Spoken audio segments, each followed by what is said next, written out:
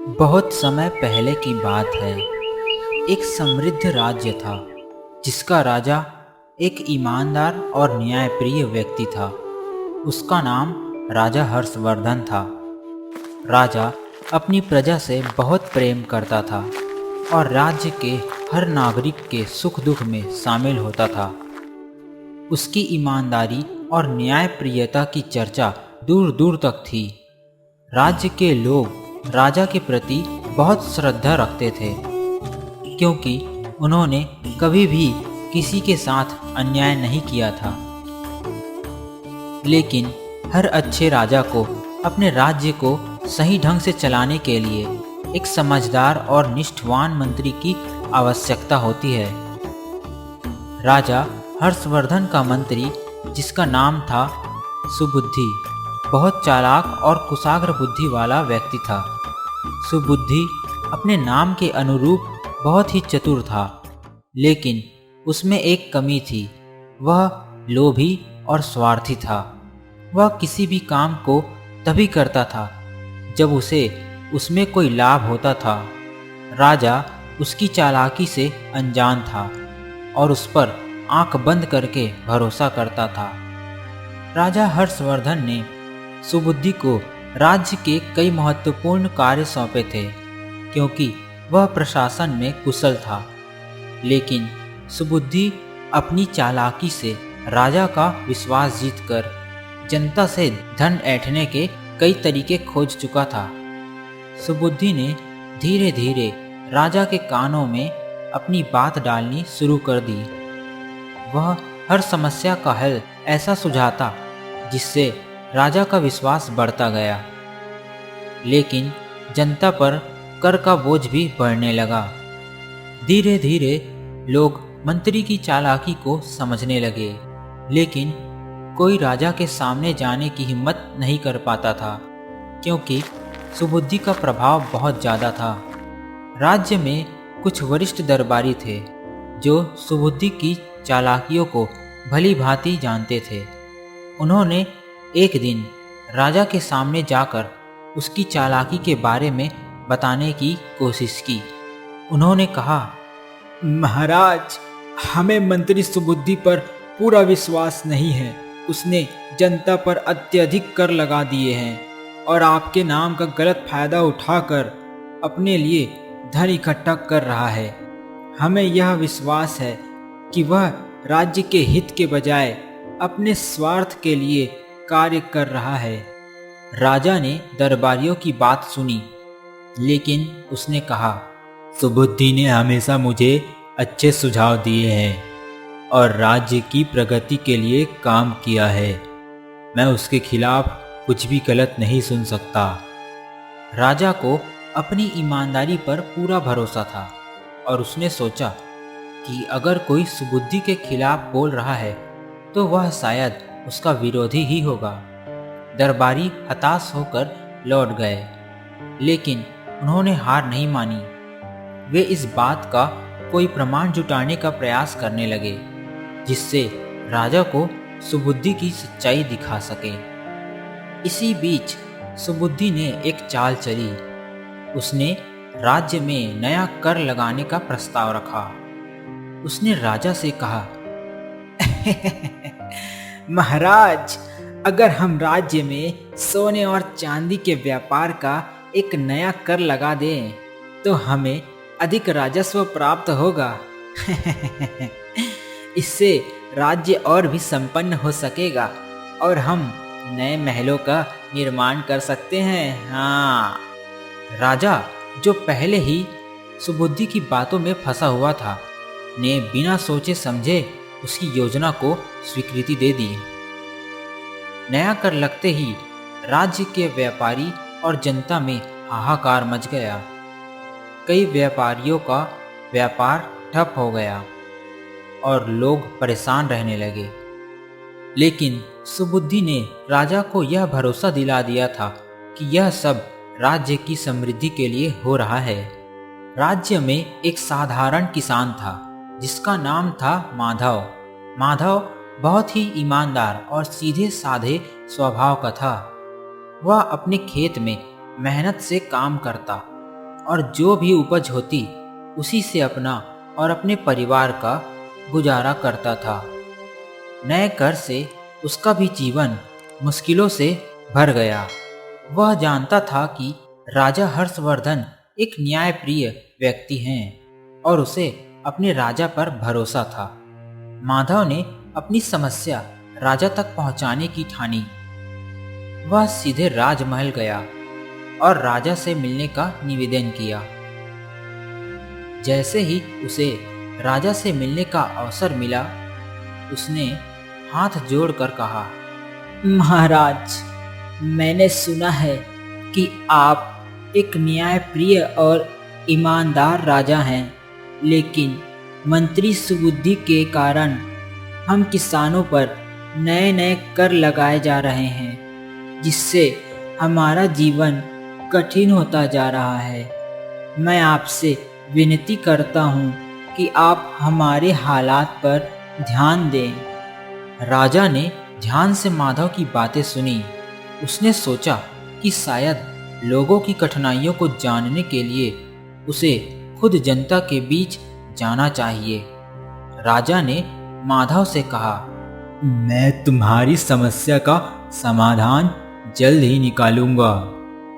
राजा ने गुप्त रूप से अपने राज्य का भ्रमण करने का निश्चय किया ताकि वह अपनी आंखों से लोगों की स्थिति देख सके। वह साधारण वेश में राज्य के विभिन्न गांवों और बाजारों में गया और देखा कि लोग करों से बहुत परेशान हैं।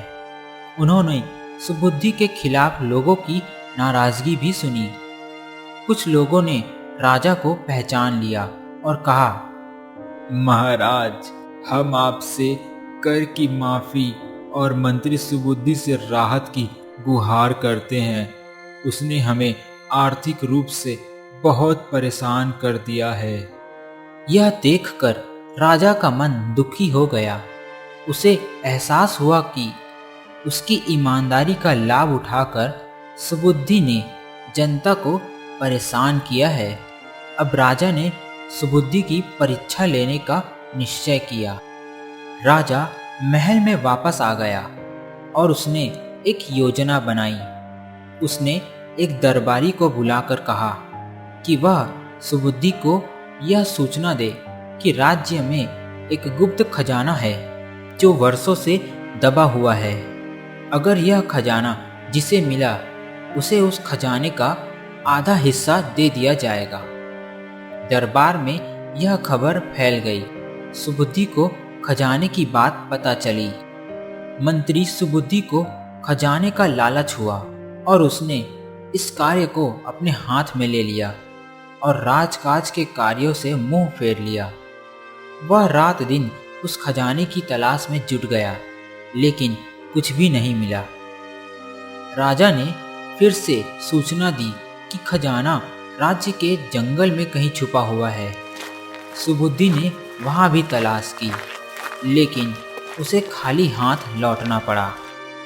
इस तरह कई महीनों तक सुबुद्धि खजाने की खोज में व्यस्त रहा। उसकी लालच की सीमा पार हो चुकी थी और वह राजा के प्रति अपने दायित्वों को भी नज़रअंदाज करने लगा। उसका ध्यान अब राज्य की समस्याओं और प्रशासन से हट गया। दरबारियों और नागरिकों को यह मौका मिला कि वे राजा से अपनी समस्याओं के बारे में खुलकर बात कर सके। एक दिन राजा ने सुबुद्धि को दरबार में बुलाया और कहा, सुबुद्धि, तुम राज्य के मंत्री हो। तुम्हारा कर्तव्य था कि तुम राज्य की भलाई के लिए कार्य करते, लेकिन तुम अपने स्वार्थ और लालच में इतने अंधे हो गए कि तुमने प्रजा के प्रति अपने उत्तरदायित्वों को भुला दिया। मैं तुम्हारी असलियत को जान चुका हूँ। तुमने मेरे नाम का दुरुपयोग किया और जनता पर अत्याचार किए, इसलिए मैं तुम्हें इस पद से हटा रहा हूँ। राजा के इस निर्णय को सुनकर सुबुद्धि घबरा गया उसने राजा से माफ़ी मांगी और कहा, महाराज, मुझसे गलती हो गई, कृपया मुझे माफ कर दीजिए। लेकिन राजा ने दृढ़ता से कहा, सच्चे राजा का कर्तव्य अपनी प्रजा के प्रति होता है। मैं तुम्हें माफ नहीं कर सकता। तुमने राज्य की जनता को दुखी किया है और उनका विश्वास तोड़ा है। अब तुम्हें इस राज्य को छोड़ना ही होगा। राजा हर्षवर्धन ने सुबुद्धि को राज्य से निष्कासित कर दिया और एक ईमानदार व्यक्ति जिसका नाम विभूति था, उसे नया मंत्री नियुक्त किया। विभूति सरल स्वभाव का, मेहनती और राज्य की भलाई के लिए हमेशा तत्पर रहता था। उसके आने के बाद राज्य में प्रशासन में सुधार हुआ और प्रजा में भी नई उम्मीद जागी। विभूति ने राज्य के करों में संशोधन किए और उन सभी करों को हटा दिया जो अनावश्यक थे।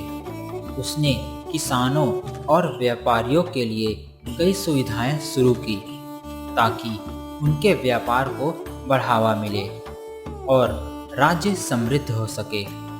विभूति ने राजा से प्रजा के कल्याण के लिए कई योजनाएं बनाने का सुझाव दिया। राजा ने उसके सुझावों को मंजूरी दी और जल्द ही राज्य में नए कुएं और तालाब का निर्माण शुरू हो गया।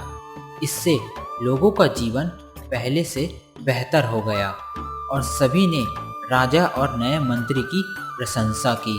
उधर राज्य से निष्कासित होने के बाद सुबुद्धि के मन में राजा और नए मंत्री विभूति के प्रति घृणा और प्रतिशोध की भावना पैदा हो गई। वह चाहता था कि किसी तरह से वह फिर से राज्य में वापस लौटे और अपना खोया हुआ सम्मान और पद वापस पाए। उसने सोचा कि अगर वह राज्य में कोई अफवाह फैला दे और प्रजा में असंतोष पैदा कर दे तो वह राजा को बदनाम कर सकता है और राजा को विभूति से भरोसा उठने के लिए मजबूर कर सकता है। सुबुद्धि ने एक योजना बनाई।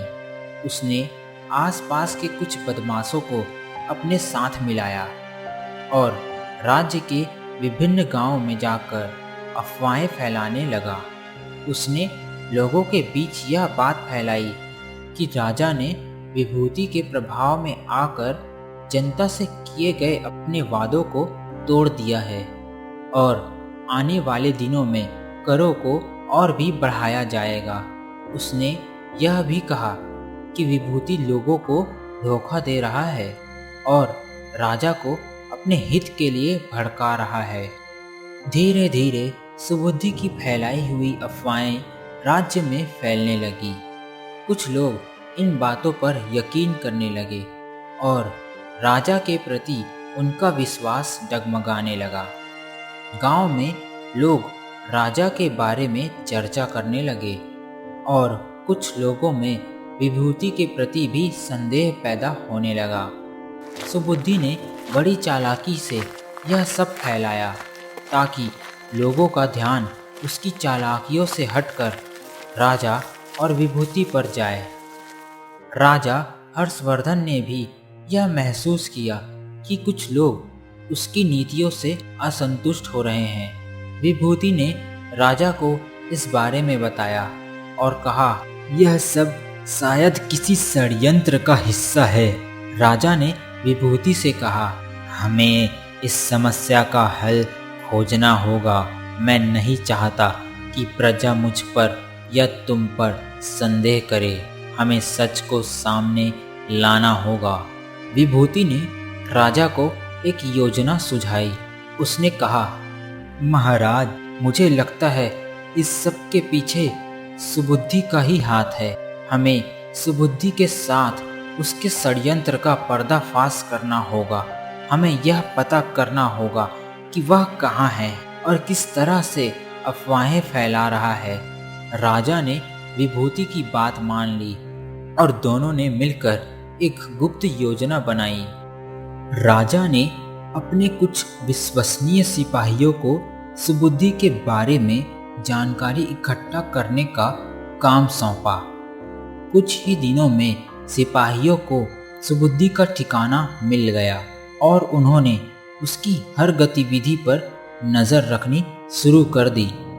जल्द ही यह पता चला कि सुबुद्धि ने अपने कुछ साथियों की मदद से अफवाहें फैलाई थी और लोगों को भ्रमित करने का काम किया था। राजा ने तुरंत सुबुद्धि को गिरफ्तार करने का आदेश दिया। सुबुद्धि को दरबार में लाया गया, जहां राजा, विभूति और राज्य के प्रमुख दरबारी मौजूद थे। राजा ने गुस्से में कहा, सुबुद्धि, तुमने राज्य की जनता को भड़काने और मेरे और विभूति के बीच गलतफहमी पैदा करने का प्रयास किया। यह तुम्हारी चालबाजी और लालच का नतीजा है। तुम्हें राज्य से निष्कासित कर दिया गया था, फिर भी तुमने राज्य के खिलाफ षड्यंत्र रचा। सुबुद्धि ने राजा के सामने घुटने टेकते हुए माफी मांगी और कहा, महाराज, मुझसे गलती हो गई। मुझे अपने पद और सम्मान की लालसा ने अंधा कर दिया था। कृपया मुझे माफ कर दीजिए। लेकिन राजा ने उसकी एक न सुनी और कहा, तुम्हारे अपराध इतने गंभीर हैं कि तुम्हें क्षमा नहीं किया जा सकता। तुम्हारे लालच और कपट के कारण राज्य में अराजकता फैल सकती थी, इसलिए तुम्हें हमेशा के लिए कारागार में रखा जाएगा। सुबुद्धि को कारागार में डाल दिया गया और राज्य में पुनः शांति स्थापित हुई। राजा और मंत्री विभूति ने मिलकर राज्य की भलाई के लिए कई सुधार किए और धीरे धीरे प्रजा का विश्वास फिर से राजा पर जम गया। विभूति ने अपने पद का उपयोग हमेशा राज्य के कल्याण के लिए किया और राज्य में शिक्षा, व्यापार और कृषि के क्षेत्र में उन्नति हुई। राजा हर्षवर्धन ने एक दिन दरबार में अपनी सभी दरबारियों और प्रजा के प्रमुख लोगों को बुलाया और कहा, इस घटना ने मुझे यह सिखाया कि हमें अपने पद का उपयोग प्रजा की भलाई के लिए ही करना चाहिए। सत्ता का दुरुपयोग करने वालों का अंत हमेशा बुरा होता है। विभूति ने भी दरबार में उपस्थित होकर सभी को संबोधित किया और कहा, हमेशा सच्चाई और ईमानदारी के रास्ते पर चलना ही सबसे महत्वपूर्ण है। हमें किसी भी स्थिति में अपनी जिम्मेदारियों से नहीं भागना चाहिए। राजा हर्षवर्धन को यह समझ में आता है कि केवल एक अच्छा मंत्री नियुक्त कर देना ही पर्याप्त नहीं है, बल्कि उसे यह भी सुनिश्चित करना होगा कि मंत्री और दरबारियों में कोई भी सत्ता के दुरुपयोग की ओर ना बढ़े। इसलिए राजा ने अपने राज्य में पारदर्शिता और जवाबदेही को बढ़ाने का निर्णय लिया। राजा हर्षवर्धन ने जनता की अदालत की स्थापना की, जहां हर महीने जनता को अपने मुद्दों और सुझावों को सीधे राजा के सामने रखने का अवसर मिलता था। इसमें न केवल प्रजा के लोग बल्कि सभी दरबारी और मंत्री भी उपस्थित रहते थे। इस सभा का उद्देश्य था कि जनता और राजा के बीच सीधे संवाद हो, जिससे किसी भी तरह की गलतफहमी या भ्रष्टाचार का पता चल सके। यह व्यवस्था स्थापित करने के बाद जनता में एक नई ऊर्जा और विश्वास का संचार हुआ। लोग निडर होकर अपनी समस्याओं को सीधे राजा के सामने प्रस्तुत करने लगे। इस नई व्यवस्था से मंत्री विभूति और अन्य दरबारियों पर भी एक सकारात्मक दबाव पड़ा और वे सभी अपने कार्यों को ईमानदारी और निष्ठा के साथ करने लगे। उधर सुबुद्धि को जेल में रहते हुए अपनी गलतियों का एहसास होने लगा। उसने अपने मन में एक दृढ़ निश्चय कर लिया कि अगर उसे एक और मौका मिला तो वह अपनी चालाकियों को त्याग कर केवल राज्य की सेवा करेगा। उसने कई बार जेल के प्रहरी से यह निवेदन किया कि उसे राजा से मिलवाया जाए। एक दिन जब राजा जनता की अदालत में अपनी प्रजा की समस्याएं सुन रहे थे, तभी सुबुद्धि को भी वहां लाया गया। सुबुद्धि ने राजा के सामने हाथ जोड़कर कहा, महाराज, मुझे अपनी गलतियों का एहसास हो गया है। मैंने लोभ और छल के कारण आप और प्रजा का विश्वास तोड़ा, जिसके लिए मैं क्षमा प्रार्थी हूँ। मुझे एक आखिरी मौका दीजिए। मैं इस बार अपने सभी पापों का प्रायश्चित करना चाहता हूँ और केवल राज्य की सेवा करना चाहता हूँ। राजा हर्षवर्धन ने सुबुद्धि की बात को ध्यान से सुना। राजा को सुबुद्धि की मंशा पर अभी भी थोड़ा संदेह था, इसलिए उसने निर्णय लिया कि वह सुबुद्धि को सीधे दरबार में कोई पद देने के बजाय उसे एक कठिन परीक्षा में डालेगा। राजा ने कहा, सुबुद्धि, अगर तुम्हें अपनी गलतियों का सच में एहसास हो गया है तो मैं तुम्हें एक मौका दूंगा, लेकिन पहले तुम्हें अपनी निष्ठा और ईमानदारी का प्रमाण देना होगा। मैं तुम्हें कुछ कार्य दूंगा और अगर तुमने उन्हें सफलतापूर्वक पूरा किया तो मैं तुम्हारे बारे में पुनः विचार करूंगा। राजा ने सुबुद्धि को राज्य के एक सबसे गरीब और पिछड़े गांव में भेजने का निर्णय लिया। उसे वहां जाकर उस गांव की स्थिति सुधारनी थी। राजा ने सुबुद्धि से कहा, तुम्हें इस गांव में जाकर किसानों और गरीबों की स्थिति सुधारनी होगी। तुम्हें वहां के लोगों की समस्या हल करनी होगी और उनके विश्वास को जीतना होगा। यही तुम्हारी परीक्षा होगी। सुबुद्धि ने राजा की शर्त मान ली और उस गांव में रहने चला गया। वहां उसने देखा कि लोग गरीबी और कठिनाइयों में जी रहे हैं। उसने अपनी समझदारी और मेहनत से किसानों की मदद करनी शुरू की। उसने वहां एक नया जल स्रोत खोजने में मदद की, जिससे फसल अच्छी होने लगी। उसने लोगों को संगठित किया और कुछ नई खेती की तकनीकें सिखाई ताकि उनकी पैदावार बढ़ सके। सुबुद्धि ने निस्वार्थ भाव से गांव की सेवा की और धीरे धीरे गांव के लोग उससे प्रसन्न और आभारी हो गए। सुबुद्धि ने अपनी पुरानी चालाकियों को छोड़कर गांव वालों के प्रति सच्ची सेवा भावना दिखाई। उसने अपने आचरण से यह सिद्ध कर दिया कि वह अब पूरी तरह बदल चुका है। 1 साल बाद गांव में बहुत सुधार हुआ। लोगों की आर्थिक स्थिति पहले से काफ़ी बेहतर हो गई और गांव में खुशहाली आ गई। जब राजा हर्षवर्धन को यह सूचना मिली कि सुबुद्धि ने गांव की स्थिति सुधार दी है और अब वहां लोग सुखी हैं, तो उन्होंने सुबुद्धि को दरबार में बुलाया। राजा ने सुबुद्धि की मेहनत और सच्चाई की सराहना की और उसे पुनः दरबार में एक जिम्मेदारी देने का निर्णय लिया। राजा ने सुबुद्धि को एक नई भूमिका सौंपी।